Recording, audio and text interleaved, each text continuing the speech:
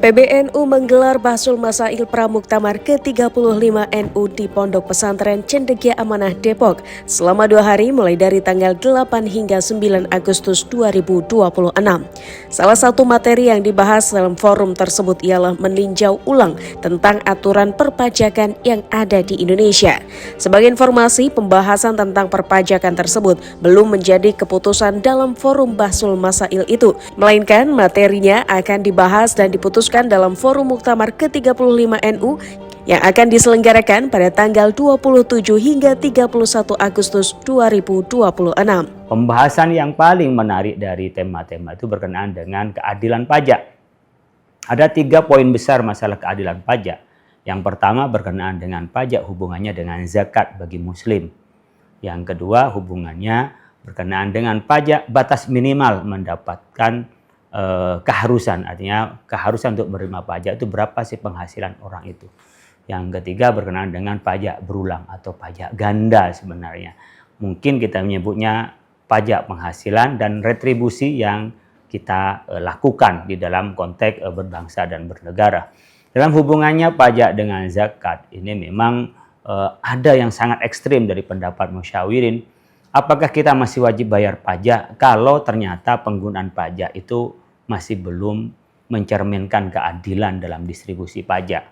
Karena digunakan oleh sebagian orang untuk korupsi, dipakai pada hal yang tidak strategis dan tidak bermanfaat banyak, mungkin juga tidak memberi kemaslahatan lebih umum daripada kepentingan pribadi. Ini sampai ada yang mengatakan berarti kita nggak wajib bayar pajak. Hanya saja kita bisa berpikir ulang, apakah orang yang berbayar pajak itu boleh melakukan boikot karena penggunaannya tidak semestinya dan tidak secara adil? Atau kita tuntut saja penerima pajaknya yang diganti, distributor pajaknya diganti. Jadi kita tidak menciptakan tanazulul wajibat. Tidak dapat berarti dia mengundurkan diri dari kewajiban karena apa? Penerima atau pelaksana pajak, pendistribusi pajak tidak sesuai dengan ketentuan perundang-undangan, tidak mencerminkan keadilan. Ini perdebatan panjang, tentu akan dijawab nanti pada saat muktamar. Tapi yang lebih penting adalah bagaimana umat Islam yang jelas di dalam kantor yang resmi, dipungut oleh lembaga yang resmi. Maksud saya adalah ketika kita menjadi pegawai dalam suatu lembaga, itu diwajibkan untuk dipotong zakatnya 2,5%. Langsung dipotong dari gaji kita. Saat yang bersamaan kita juga dipotong pajak kita, namanya 11% dari pajak penghasilan kita. Apa yang terjadi? Kita harus keluar 13%. Sementara non-muslim kita bisa lihat mereka itu bayar pajak saja yang 11%. 12%-nya tidak. Nah, kita mengusulkan yang pajak itu hanyalah menjadi kewajiban yang umum, ya, bagusnya bukan hanyalah tapi menjadi kewajiban umum. Sementara zakat menjadi kewajiban bagi komunitas tertentu. Bagaimana zakat itu menjadi tax credit? Artinya zakat itu sebagai pajak, bukan tax deduction. Bukan hanya pengurang penghasilan kena pajak. Sehingga apa yang dia keluarkan itu bukan hanya menyampaikan tentang ini loh yang wajib pajak, yang dikeluarkan tidak wajib pajak, bukan itu. Tetapi yang saya keluarkan dari penghasilan kita itu adalah pajak. Mungkin bisa signifikan dalam hal ini. Mengapa itu penting?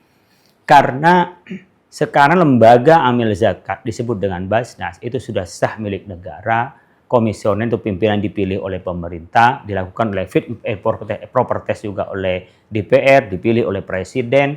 Lalu penggunaannya, pendaya gunaannya, pendistribusian juga diawasi dan bahkan juga ada laporan ke DPR secara langsung dan ada juga dengar pendapat, bahkan diaudit dan diperintahkan untuk mengentaskan kemiskinan. Artinya Basnas itu adalah lembaga negara yang itu juga melakukan tugas-tugas negara termasuk administrasinya sesuai dengan negara.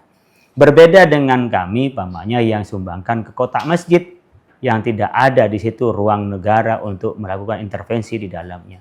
Mungkin agama lain pun begitu, 10%, berapapun kayak kita infak, tentu tidak akan ada hitungan karena itu adalah kedermawanan. Tapi ketika ini dipukul oleh pemerintah, seperti Basnas, dan itu dalam institusi yang resmi, maka saya pikir bukan hanya tax deduction, tapi itu ada tax credit yang harus dilakukan. Ini akan dibahas oleh musyawirin pada saat muktamar nanti, bagaimana hubungannya zakat dengan pajak tadi. Ada lagi yang kita lihat ketika kembali pada zaman Rasulullah, orang membayar zakat bagi muslim, orang non-muslim bayar pajak. Dulu adalah jizyah namanya. Ini zakat dan jizyah. Batasnya orang bayar zakat bagi orang yang mampu.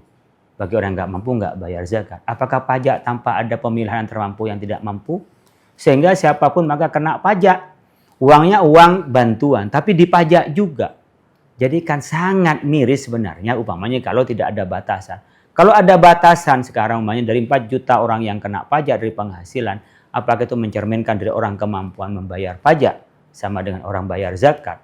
Kalau sekarang zakat itu adalah 86 gram untuk wajib zakat dalam setahun, ketika dibagi per bulan mungkin menjadi 7 gram, itu kalau kelipatkan dengan harga 2,5 juta mungkin sekitar sampai 17 jutaan.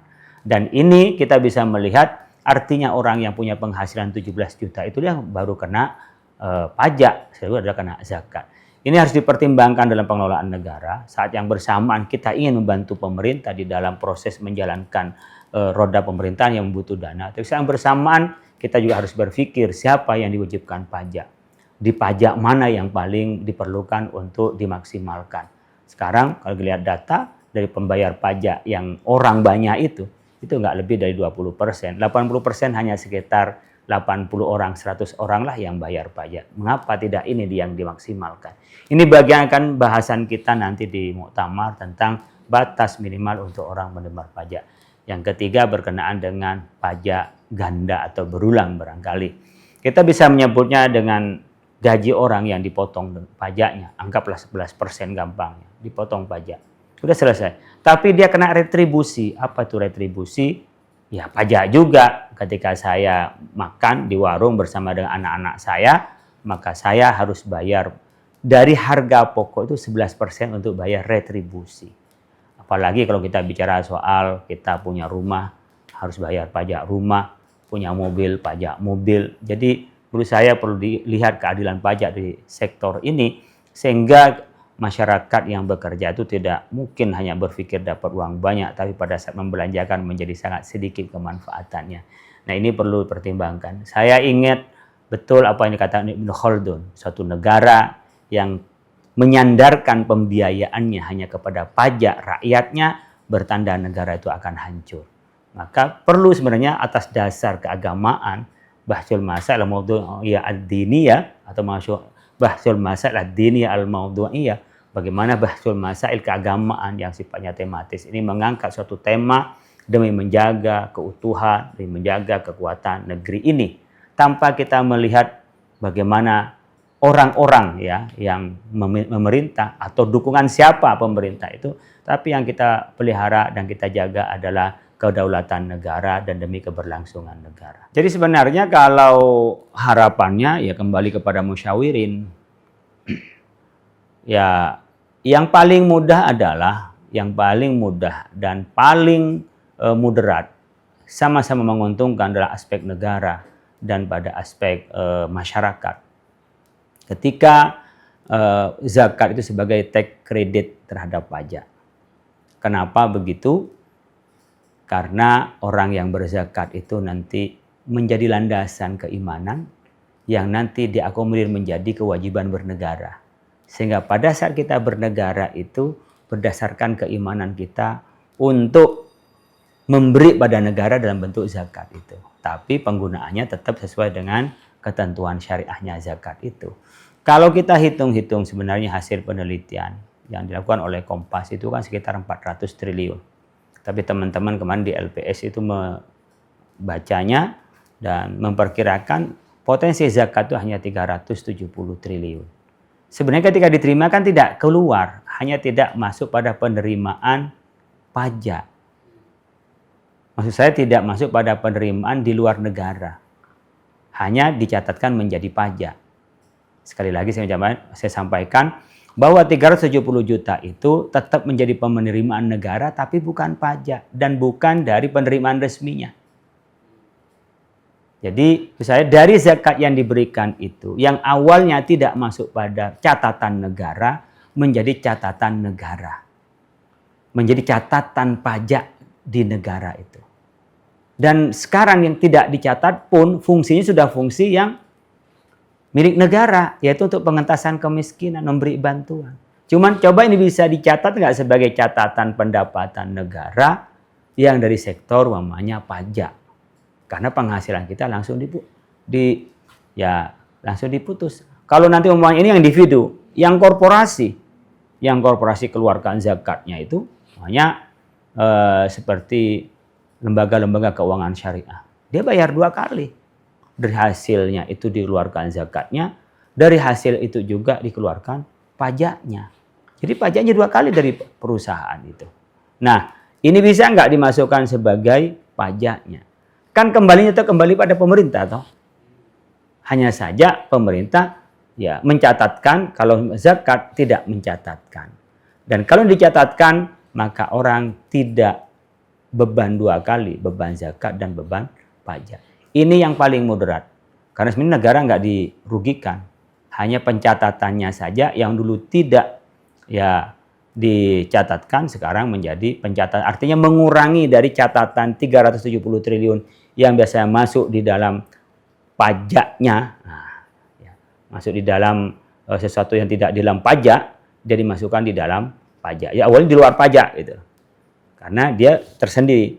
Ini kok sekarang malah 2,5% itu dimasukkan di dalam pajaknya. Nah itu sekitar ruginya 370 triliun. Zakat itu sebagai tax credit. Karena zakat cuma 2,5%, pajak 11%, maka tinggal menambah lagi berarti 8,5%. 10, 11 kan gitu ya.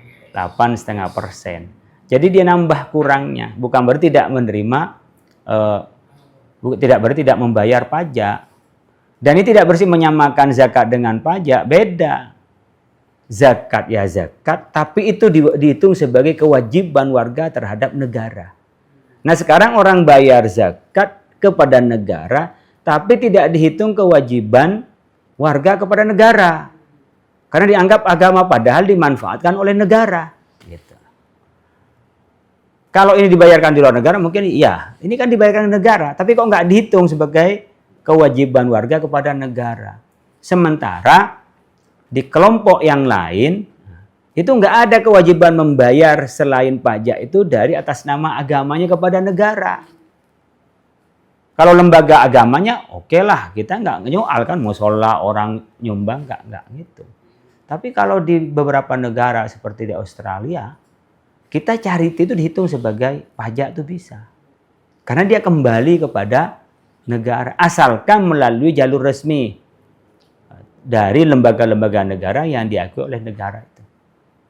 Jadi bayar zakat itu andaikan pajak cuma 2,5% berarti kan cukup bayar zakat. Tapi karena pajaknya 11% dikurangi 2,5%, kalau 11, 10, 9 berarti 8,5% kita nambahinnya dari zakat yang kita bayar. Ya zakat plus pajak. Jadi dimasukkan di dalamnya. Ya nanti orang yang bayar zakat itu niatkan pula adalah bayar pajak. Dan Basnas sudah bisa mencatat dengan baik, sistemnya sudah baik, kemudian penyalurannya pun juga bisa dilakukan dengan baik. Gitu.